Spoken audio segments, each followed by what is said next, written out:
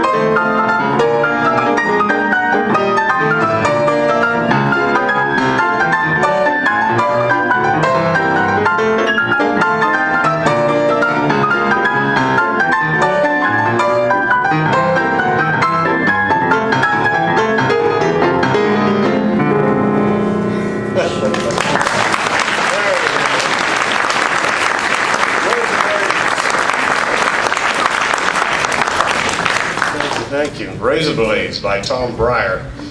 Well, I go back to the ragtime years for one more a song here, and a couple of years ago I did have the pleasure of playing at Carnegie Hall with Michael Feinstein, and it was a show celebrating early Tin Pan Alley, you know, and they didn't want me to play anything written past 1911. The show was called After the Ball, so you have to think of 1890s songs from the 1900s. And I couldn't think of anything that I thought was, you know, just really worthy of playing at Carnegie Hall from that era, something showy enough on the piano. And so I finally came up with this song, and that's why I told you about the gig. It's from 1910, written by Nat D. Ayer, who also wrote Oh You Beautiful Doll, and If You Were the Only Girl in the World. And it's a funny ragtime song. It has words all about farmyard animals and chickens. It's about a rooster, King Chanticleer. There we go.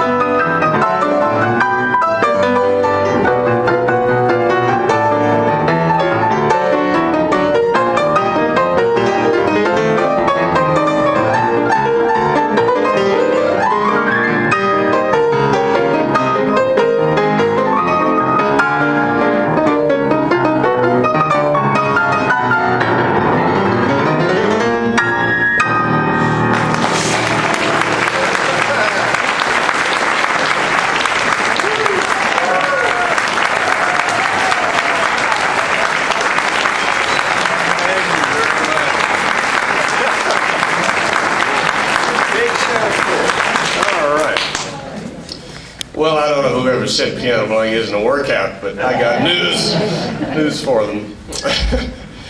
I want to slow it down a bit and play a couple of compositions. Again, people have written ragtime more recently than 100 years ago. And I had the great pleasure and honor of playing with a pianist named John Arpin shortly before he passed away. I'd be surprised if maybe he didn't play for the Society, but he was from Toronto, absolutely one of the greatest pianists I think ever lived. And I played with him in Hungary at a ragtime and jazz festival over there when I was a freshman in high school. Toured all over the country for about 10 days, played in Budapest and Kecskemét and Solzhenitsyn, all these places, and was so lucky to get to hear John. As I look back on it, I'm more and more amazed by his piano playing. He did write a few things, not a whole lot. I'm going to play for you two pieces that he wrote in the 1960s when he was getting into ragtime music. There was a big revival of it in those days. And the first one, named for a street where he played in Toronto, a restaurant called Mr. Tony's, and Cumberland Street. And so the piece is called Cumberland Stroll.